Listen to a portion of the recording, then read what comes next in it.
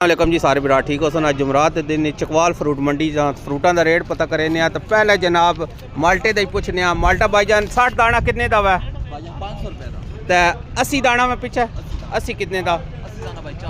400 रुपए का भाई जी केला कहीं दर्जन लाया ने 150 रुपए 2 दर्जन 250 रुपए का जी केला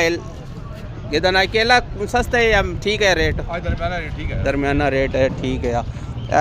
भाई ने को पूछना भाई कितने दाने जाली है कितने पल्ली सर है ने 80 दाना दरमियाने साइज है जी जी ये 350 रुपए की पल्ली नहीं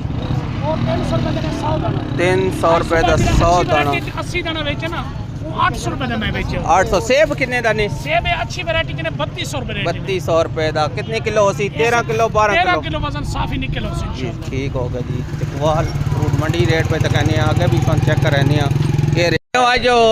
माल्टा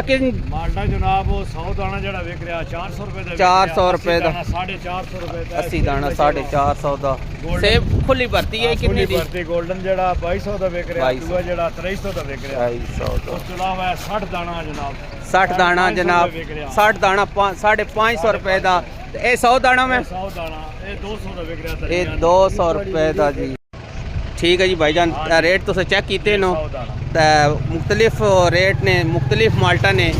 अभी रेट पता करें अमरूद आज केंज कार्टन बिक रहा भाईजानो ये कार्टन बिक रहा भाई 1400 1300 लोग आने इसका वजन ज्यादा दसे ने वजन घट होंदा कार्टन दा जाके ते कंडे ते तोल लो जी अमरूद 12 किलो ना होवे जी ये 6 कार्टन फ्री ਤੁਹਾਡੇ सही हो गया जी रेट तो अमरूद दा तक वजन ठीक है अल्हम्दुलिल्लाह 12 किलो वजन है